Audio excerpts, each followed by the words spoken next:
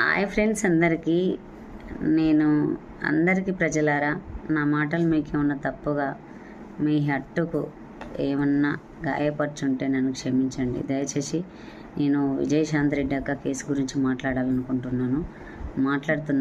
దయచేసి ఎవరు bad comments పెట్టొద్దు. దయచేసి అందరు శ్రద్ధగా, భర్తలైనా భార్యలైనా శ్రద్ధగా వినండి. ఇప్పుడు ఆమె ఐటీఐ కంపెనీలో చేస్తుంది. ఆమెకింత 15 మంది వర్కర్స్. సో ఆ డ్యూటీలో స్ట్రెస్ ఎంత ఉందో అది ఆమెకి తెలియాలి, దేవునికి, కింద భూతల్లికి తెలియాలి, పైన ఆకాశానికి తెలియాలి. అదేవిధంగా ఆమెను మానసికంగా ఎవరన్నా ఎదుటి వ్యక్తులు బాధించడం, నరకం పెట్టడం, హింసించడం అలా ఎవరైనా చేసి ఉండొచ్చు. ఒక ఆడది చావుకు నిర్ణయించుకున్నప్పుడు, ఆమెకి 2 లక్షల శాలరీ వస్తున్నప్పుడు ఆమె ఎందుకు చావాలనుకుంటుందండి? చెప్పండి ఒక్క మాట.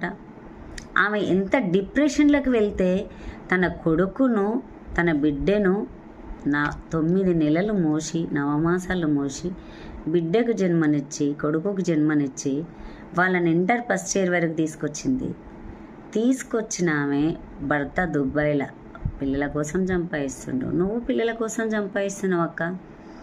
కానీ నీలోన ఎంత డిప్రెషన్లకు నువ్వు గురయ్యి ఈ డెసిషన్ తీసుకున్నావో అది దేవునికి, నీకు మాత్రమే తెలియాలి.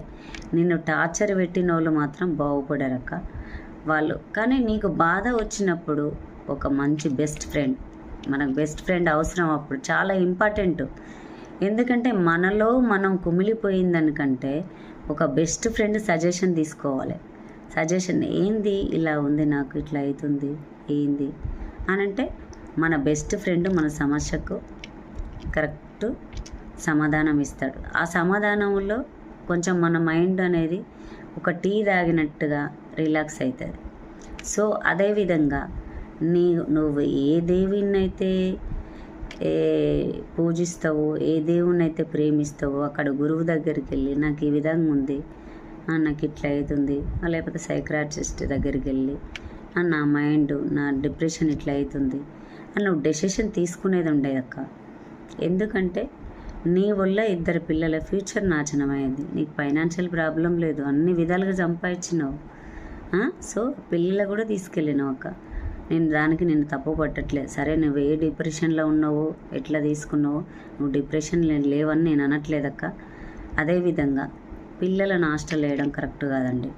పిల్లలు మన దగ్గర కనీసం కొట్టినకారం వేసుకొని తిన్నా కూడా మన పిల్లలు మన దగ్గరే ఉండాలి.